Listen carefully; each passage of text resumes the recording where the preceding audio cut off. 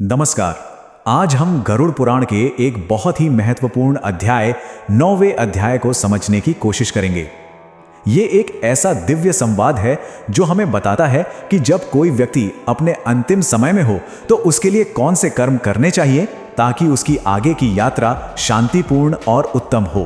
तो देखिए, इस पूरे ज्ञान की शुरुआत होती है एक बहुत ही सीधे और जरूरी सवाल से। गरुड़ जी ने भगवान विष्णु से पूछा, हे प्रभु, जो इंसान मृत्यु के बिल्कुल करीब है उसके लिए क्या किया जाना चाहिए? और जानते हैं, इसी एक सवाल का जवाब है ये पूरा का पूरा अध्याय, एक दिव्य उपदेश। तो सबसे पहली और सबसे बुनियादी बात आती है उस जगह की तैयारी की, उन रिचुअल्स की जो उस स्थान को पवित्र करने पर ध्यान देते हैं जहां व्यक्ति अपने अंतिम सांस लेगा। तो ये जो पवित्र मंडल है, इसे बनाया कैसे जाता है? देखिए, इसके कुछ खास चरण हैं। सबसे पहले जमीन को गोबर से पवित्र किया जाता है, फिर उस पर छिड़के जाते हैं तिल और उसके ऊपर बिछाई जाती है कुशखास। पुराण में यह साफ बताया गया है कि मरणासन्न व्यक्ति को किसी बिस्तर या चौकी पर नहीं बल्कि इसी पवित्र भूमि पर लिटाना चाहिए। और इसके पीछे गहरा कारण है।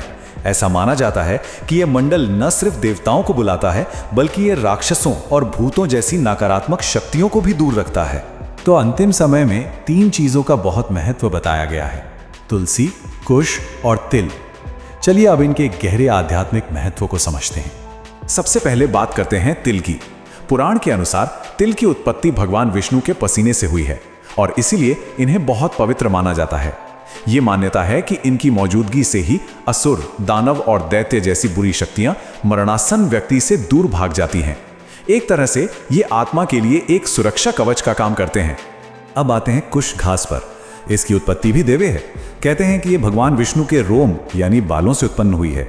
और जो बात इसे और भी खास बनाती है वो ये है कि इसके एक एक तिनके में पवित्र त्रिमूर्ति का वास माना जाता है, यानी कि जड़ में ब्रह्मा, बीच में स्वयं विष्णु और सिरे पर भगवान शंकर। तो इसका इस्तेमाल करने का मतलब है तीनों प्रमुख देवताओं की उपस्थिति और उनका आशीर्वाद सुनिश्चित करना। और फिर तुलसी।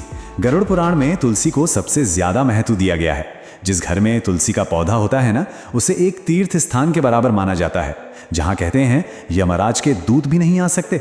और सबसे बड़ी बात यह है कि अगर कोई व्यक्ति अपने मुंह में तुलसी का पत्ता रखकर शरीर छोड़ता है तो उसे सीधा विष्णु लोक मिलता है, उसे मुक्ति मिल जाती है।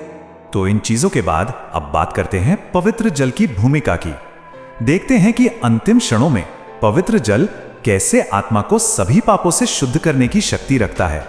यहां 2 तरह के पवित्र जल का खास तौर पर जिक्र है। पहला, शालिग्राम शिला से छुआ हुआ जल। कहते हैं कि इसकी एक बूंद भी सारे पापों से मुक्त कर सकती है। और दूसरा है हमारी पवित्र गंगा नदी का जल, गंगा जल। इसे पीने से सभी तीर्थों, स्नानों और दानों का मिला जुला फल एक साथ मिल जाता है। गंगा जल की शक्ति को और अच्छे से समझाने के लिए ग्रंथ में एक बहुत ही जबरदस्त तुलना की गई है। यहां हम देख सकते हैं कि 1000 मुश्किल चांद्रायण व्रतों को रखने से जो पुण्य मिलता है ना, उतना ही पुण्य सिर्फ एक बार गंगा जल पीने से मिल जाता है।